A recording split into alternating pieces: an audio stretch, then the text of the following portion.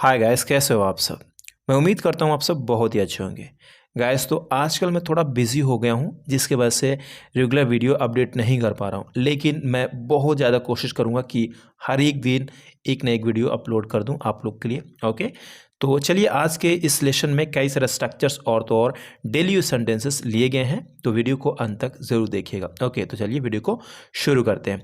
पहला टॉपिक है gate to, उसके बाद वर्ब की first form. Get to verb की फर्स्ट फॉर्म मतलब क्या कि मौका मिलना।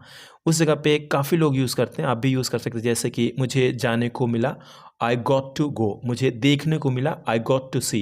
मुझे देखने को मिलता है, आई गेट टू सी। तो ऐसे काफ़ी लोग यूज़ करते हैं, तो आप भी यूज़ करिए। मतलब कि एक चांस मिलता है। मान लो कि अगर आप बाहर जाते हो तो कहते हो कि जब मैं बाहर जाता हूँ तो मुझे एक दोस्त से मिलने को मौका मिलता है। मतलब मुझे दोस्त से मिलने को मिलता है जब मैं बाहर जाता हूँ। तो उस जगह पे आपको गेट टू उसके बाद वर्ब की फर्स्ट फॉर्म को यूज़ करके आप सेंटेंस को बना सकते हैं। ओके, तो आइए कुछ सेंटेंसेस देखते हैं। गेट को आप चेंज कर सकते हैं टेंस के हिसाब से, नो डाउट। ओके, टेंस और मॉडल्स के हिसाब से आप चेंज कर सकते हैं। तो कुछ एग्जांपल्स देख लेते हैं। जैसे जब मैं बाहर जाता हूँ तो मुझे मूवी देखने को मौका मिलता है, मतलब वो चांस मिलता है। अगर आप चाहो तो चांस लगा सकते हो, but people don't use it. Okay, so आप भी यूज़ नहीं करो, प्रोफेशनल में बोलने की कोशिश करो। ओके, तो कह सकते हैं when I go out I get to see movies. I get to see movies. Okay, अगला सेंटेंस है तुम्हें मेरा वीडियोस देखने को मौका मिला। You got to see my videos. You got to see my videos.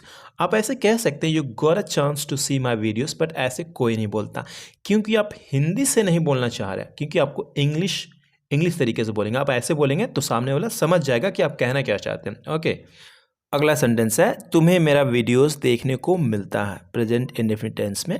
You get to see my videos. You get to see my videos. तुमसे मुझे बात करने को मिला। तुमसे मुझे बात करने को मिला। I got to talk to you. I got to talk to you. अगला टॉपिक है सो एज टू।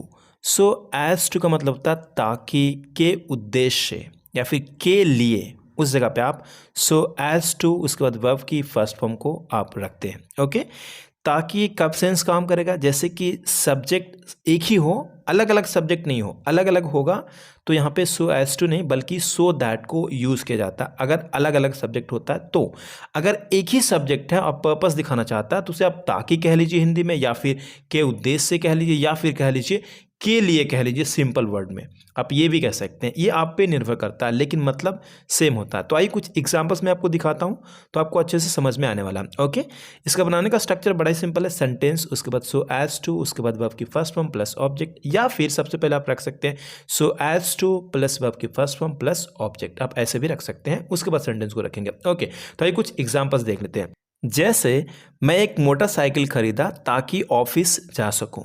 यहाँ पे मैंने खुद एक मोटरसाइकिल खरीदा और मैं ही ऑफिस जाने की बात कर रहा हूँ। यहाँ पे एक ही सब्जेक्ट है, इसलिए चाहे ताकि कह लो या उद्देश्य कह लो। अगला सेंटेंस आप देख सकते हैं सेम, मैं एक मोटरसाइकिल खरीदा ऑफिस जाने के लिए, और या फिर ऐसे भी कह सकते हैं मैं ऑफिस जाने के लिए एक मोटरसाइकिल खरीदा। मतलब सेम है, यहाँ पे सेम एक ही सब्जेक्ट की बात हो रही है, इसी वजह से सो एज टू वर्ब की फर्स्ट फॉर्म को लगाएंगे। ओके, तो आप कह सकते हैं I bought a motorcycle so as to go to office. I bought a motorcycle so as to go to office. मैं अंग्रेजी सीखा एक अच्छी जॉब प्राप्त करने के लिए, और मैं अंग्रेजी सीखा था कि मुझे एक अच्छी जॉब मिल सके। मैं एक अच्छी जॉब प्राप्त करने के लिए अंग्रेजी सीखा। अगर अलग अलग सब्जेक्ट होता, जैसे कि मैं अंग्रेजी सीखा ताकि तुम्हें मदद हो सके, तो यहाँ तुम्हें अलग बात है और मैं एक अलग बात कह रहा हूँ, अलग अलग दो स्टेटमेंट है, राइट। तो उस जगह पे सो दैट को यूज़ किया जाता है, सो दैट। ओके, वहाँ पे सो एज टू आप नहीं लगा सकते। तीसरा आप बना सकते हैं I learn English so as to get a good job. तुम मुझसे बात करने के लिए बहाने ढूंढते हो। You look for an excuse so as to talk to me. मैं वहाँ जाता हूँ तुमसे मिलने के लिए। I go there so as to meet you. I go there so as to meet you. Guys, अगर आप 400 से अधिक एडवांस इंग्लिश स्ट्रक्चर्स का ई बुक चाहते हैं तो इस वीडियो को डिस्क्रिप्शन में एक लिंक दी गई है जिसके थ्रू आप उसे परचेज कर सकते हैं केवल 99 रुपीज़ में। और हाँ, जो भी मैं स्ट्रक्चर्स पढ़ा रहा हूँ ऐसे ही उसमें भी पढ़ाया गया है, उस तरह से बताया गया। भले ही उसमें आपको ऑडियो नहीं मिलेगा लेकिन आपको same as it is written copy आपको मिल जाता है। ओके, लेकिन ये PDF फॉर्म में सॉफ्ट कॉपी होता है। ओके, ये कोई हार्ड कॉपी नहीं है, आपको ईमेल पे भेज दिया जाता है। ऑलराइट, या फिर डायरेक्ट मुझसे आप कांटेक्ट कर सकते हैं जो नंबर इसमें दिया हुआ है। अगला स्ट्रक्चर है इंटेंट टू। इंटेंट टू का मतलब होता है इरादा होना या फिर नियत होना। मेरा नियत नहीं है कि मैं आपको चोट पहुंचाऊं। ओके, आप हिंदी जिस तरह भी सोचते होंगे सोचिए, उस जगह पे आप इंटेंट टू को यूज़ कर सकते हैं। ओके, इसका सेकंड फॉर्म इंटेंडेड हो जाएगा। ओके, तो आप इंटेंट को चेंज भी कर सकते हैं टेंस के हिसाब से और सब्जेक्ट के हिसाब से। ओके, तो आइए कुछ एग्जांपल्स को देखते हैं। जैसे मेरा इरादा तुम्हें जान से मारने का नहीं है। I don't intend to kill you. I don't intend to kill you. Okay, मेरा इरादा तो था उसे जाने देने का। I intended to let him go, let her go, जो भी है। ओके, मैंने नहीं सोचा था कि उसका इरादा तुम्हें जान से मारने का था। I didn't think that she intended to kill you. I didn't think that she intended to kill you. अगला सेंटेंस है, मेरा इरादा नहीं है तुम्हें चोट पहुंचाने का। I don't intend to hurt you. I don't intend to hurt you. अगला टॉपिक है in order not to verb की first form. In order not to verb की फर्स्ट फॉर्म कैसे यूज़ करते हैं गाइस? इसे यूज़ करना बड़ा ही सिंपल है। सेंटेंस उसके बाद in order not to verb की फर्स्ट फॉर्म, मतलब कि ना करने के लिए इन ऑर्डर टू को यूज़ करते हैं पर्पस दिखाने के लिए। तो इसमें क्या होगा, नेगेटिव पर्पस को दिखाने के लिए आपको इन ऑर्डर नॉट टू को यूज़ करना पड़ता है। ओके, और उसके बाद वर्ब की फर्स्ट फॉर्म रखते हैं। जैसे तुमसे ना बात करने के उद्देश्य से, या फिर तुमसे ना बात करने के लिए, आप ऐसे भी कर सकते हैं हिंदी में। उसके बाद जो सेंटेंस आप रखना चाहते हैं रख सकते हैं, बड़ा ही सिंपल है। ओके, जैसे तुमसे ना बात करने के उद्देश्य से मैं यहाँ आया हूँ, या फिर तुमसे ना बात करने के लिए मैं यहाँ आया हूँ, मतलब एक है। ओके, तो आप कह सकते हैं I have come here in order not to communicate with you. In order not to communicate with you. Okay, ऐसे आप यूज़ करेंगे, थोड़ा एडवांस लेवल लगता है। आप चाहें तो नॉट टू को केवल इन ऑर्डर को हटा करके भी बोल सकते हैं, लेकिन इन ऑर्डर को थोड़ा प्रोफेशनल में ज़्यादा यूज़ करते हैं। ओके, तुम्हारे पास कई रीज़न है वहाँ ना जाने के लिए। You have many reasons in order not to go there. You have many reasons in order not to go there. हमारे पास कोई भी वैलिड प्रूफ नहीं है इसे ना प्रोसेस की जाने के लिए। ये मिनी पैसिव है। यहाँ पे क्या होता है कि टू बी वर्ब की थर्ड फॉर्म भी हम यूज़ कर सकते हैं। अगर मिनी पैसिव को यानी शॉर्ट में पैसिव को अगर हमें दिखाना पड़ जाए तो हम दिखा सकते हैं। जैसे we have no any valid proof, ये तो हो गया simple. In order not to be processed. Okay, यहाँ पे प्रोसेस की जाने के लिए, मतलब ना प्रोसेस की जाने के लिए कौन करेगा, यहाँ तो पता नहीं चल रहा ना हमें सब्जेक्ट, इसलिए आप यहाँ पैसिव में यानी मिनी पैसिव में भी आप बना सकते हैं। अगला सेंटेंस है, आजकल तुम मुझसे ना बात करने के लिए बहाना ढूंढने लगे हो। इसे आपको कमेंट करना है। अगला टॉपिक है no stranger to. No stranger to का मतलब होता है अपरिचित होना। अपरिचित, आप नहीं। ओके, अपरिचित। ओके, इसका बनाने का स्ट्रक्चर होता है सब्जेक्ट प्लस हेल्पिंग वर्ब, उसके बाद no stranger to plus object. Okay, क्या होता है, कई बार आपको ऐसे कहना पड़ता है घुमा करके, मैं तुम्हारे कारनामे से अपरिचित नहीं हूँ, मैं तुम्हारी चीज़ें से अपरिचित नहीं हूँ, मतलब कि भली भांति जानता हूँ। वो कह रहा तुम्हें तो कुछ पता नहीं, तो आप कहते हो नहीं नहीं नहीं, मुझे तो सब पता है, मतलब कि तुम्हारे जो कारनामे हैं जो तुम करते हो, तुम्हारे कारनामे से मैं अपरिचित नहीं हूँ, मैं इस गाड़ी से अपरिचित नहीं हूँ, मतलब कि भली भांति जानता हूँ, उस बारे में मुझे पता है। तो उस जगह पे हम कहते हैं अपरिचित। ओके, तो आप कह सकते हैं I am no stranger to your doing, मतलब मैं तुम्हारे करतूते या कारनामे से अपरिचित नहीं हूँ। ओके, मैं इस गाड़ी से अपरिचित नहीं हूँ। I am no stranger to this vehicle. मैं उससे अपरिचित नहीं था, मतलब भली भांति जानता था। I was familiar with him, ऐसे भी कह सकते हैं। उसी बात को हम कह रहे हैं I was no stranger to him. I was no stranger to him. Okay, वह मेरे गांव से अपरिचित नहीं थी। She was no stranger to my village. She was no stranger to my village. अगला टॉपिक है may have to. May have to का मतलब होता है पढ़ सकता है, पढ़ सकती है। मतलब कैसे बनाइए, हैव टू को आप यूज़ करते होंगे, जैसे मुझे जाना है, आई हैव टू गो। मुझे जाना पड़ता है, आई हैव टू गो, इसे भी आप कहते हैं। ओके, तो इसमें क्या हो कि ऐड ऑन करते हैं, इसके अंदर में मे को यानी मोडल्स को यूज़ करते हैं। तो ये क्या बनता है कि एक अजम्पशन कर रहे हैं, प्रेजेंट में खड़े हैं और कहते हैं कि तुम्हें जाना पड़ सकता है। एक हम पॉसिबिलिटी की बात करते हैं, हम श्योर नहीं है, जो भी जितना मेरे को श्योरिटी लगता है, जितना मेरे को लगता है कि हाँ आपको जाना पड़ सकता है, तो आप कहते हो यहाँ पे कि मे को यूज़ कर लेते हैं। हो सकता है कि आप कुड भी यूज़ कर ले, थोड़ा सा आपको लेस लगे कि नहीं थोड़ा कम है, अगर आप चाहो तो माइट यूज़ कर सकते हो। आप ऐसे कह रहे हो कि शायद आपको जाना पड़ सकता है, आपको जाना पड़ सकता है, लेकिन आप उसमें एकदम 20% आप दिखाना चाहते हो, एकदम लेस दिखाना चाहते हो, तो आप माइट यूज़ कर देंगे। तो यहाँ पे सिंपली इंसर्ट किया हुआ और कुछ नहीं, जो भी आप चाहेंगे कर सकते हैं।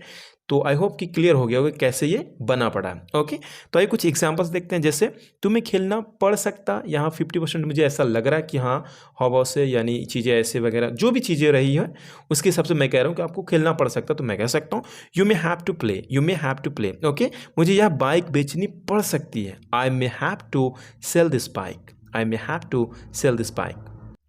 तुम्हें वहाँ जाना पड़ सकता है, you may have to go there, you may have to go there. उससे तुम्हें शादी करना पड़ सकता है, you may have to get married to him, you have to get married to him. अगला टॉपिक है a fair bit of. A fair bit of का मतलब होता है अच्छा खासा। ओके, सब्जेक्ट, उसके बाद हैव, हैज़, हैड, जो भी होगा, उसके बाद विल हैव, ये भी हो सकता, मतलब फ्यूचर में विल हैव, पास्ट में हैड और प्रेजेंट में हैव, हैज़ हो जाएगा। ओके, उसके बाद अ फेयर बिट, जैसे तुम्हारे पास अच्छा खासा पैसा होगा लेकिन तुम खर्च नहीं करना चाहते, you will have a fair bit of money however you don't want to spend, you don't want to spend। okay, तुम्हें अच्छा खासा नॉलेज है, you have a fair bit of knowledge, you have a fair bit of knowledge।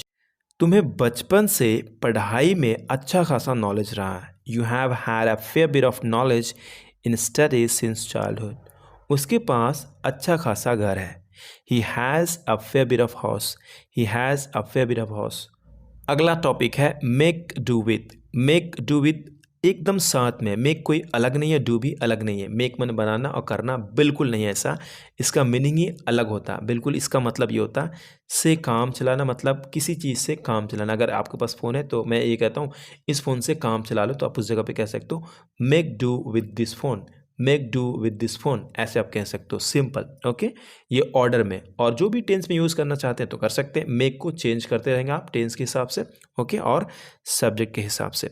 तो आइए कुछ examples देखते हैं। जैसे अभी तुम इसी फ़ोन से काम चलाओ, make do with this phone right now. आपको अगले साल कम पैसों से काम चलाना पड़ेगा, you will have to make do with less money next year. Economy बहुत ही ख़राब है, हमें अरुण से ही काम चलाना पड़ेगा, हालांकि वह बहुत ही स्लो काम करने वाला है। The economy is very weak, we will have to make do with Arun even though he is a slow worker. क्या आप फ़िलहाल $5 से काम चला सकते हैं और बाकी की मैं आपको कल दूंगा।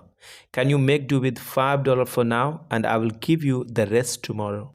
अगला टॉपिक है make do without. Make do without का मतलब होता है किसी चीज़ के बिना काम चलाना। किसी चीज़ के बिना काम चला लेते हैं आप, तो दैट्स गुड, आप कह सकते हैं यूजिंग मेक डू विदाउट। जैसे मैं बगैर फ़ोन का काम चला रहा हूँ, I am making do without a phone, I am making do without a phone. मैं एक बाइक के बिना काम चला लूँगा, I will make do without a bike, I will make do without a bike.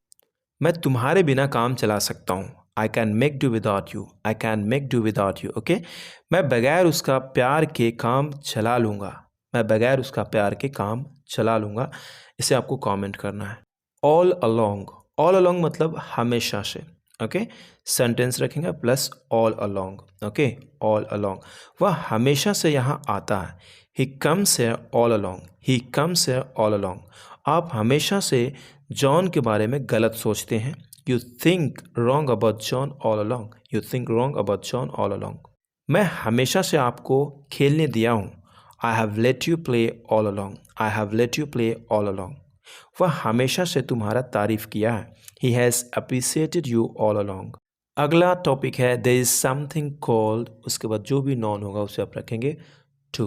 Okay, नाम की भी कोई चीज़ होती है, जैसे इंसानियत नाम की भी कोई चीज़ होती है, कोई आपसे गलत कर रहा है तो आप कहते हैं भाई इंसानियत नाम की भी कोई चीज़ होती है, आप ऐसे मत करो। तो कह सकते हो there is something called humanity too, there is something called humanity too. Okay, इज्जत नाम की भी कोई चीज़ होती है। There is something called respect too, there is something called respect too. पैसा नाम की भी कोई चीज़ होती है। There is something called money too, there is something called money too. दोस्ती नाम की भी कोई चीज़ होती है। There is something called friendship to, there is something called friendship too. अगला टॉपिक है 9 times out of 10 plus sentence, या फिर सेंटेंस पहले रखेंगे उसके बाद 9 टाइम्स आउट ऑफ 10 मतलब 10 में से 9 बार, या फिर कह सकते हैं लगभग हमेशा। ओके, ये सही है, लगभग हमेशा। जैसे लगभग हमेशा तुम मुझ पर शक करते हो। 9 times out of 10 you doubt me. लगभग हमेशा तुम दूसरे के बारे में गलत सोचते रहते हो। 9 times out of 10 you think wrong about others. लगभग हमेशा तुम रोने का बहाना करते हो। 9 times out of 10 you pretend to cry, you pretend to cry. लगभग हमेशा तुम पढ़ाई का ढोंग करते हो। 9 times out of 10 you pretend to study. अगला टॉपिक है इनर जिफी। इनर जिफी का मतलब होता है एक पल में, एक चुटकी में, एक सेकंड में। सिर्फ कहने का है, एक सेकंड में आपको ये करवा दूंगा, एक सेकंड में आपको लिए ये मंगवा लूँगा, जो भी आप कहना चाहते हैं कह सकते हैं। इनर जिफी। ओके, जैसे मैं तुम्हें एक चुटकी में पिटवा सकता हूँ। I can get you beaten in a jiffy. वह एक चुटकी में वापस हो गई। She came back in a jiffy. वह एक चुटकी में नाचने लगी। She started dancing in a jiffy. She started dancing in a jiffy. मैं तुम्हें एक चुटकी में रूम से बाहर कर दूंगी। I get you out of the room in a jiffy. I get you out of the room in a jiffy. तुम एक चुटकी में ब्रेकअप कर लोगी। तुम एक चुटकी में ब्रेकअप कर लोगी तो कह सकते हैं you will break up in a jiffy. You will break up in a jiffy. एक चुटकी में कुछ नहीं होता। एक चुटकी में कुछ नहीं होता, इसे आपको कमेंट करना। ओके।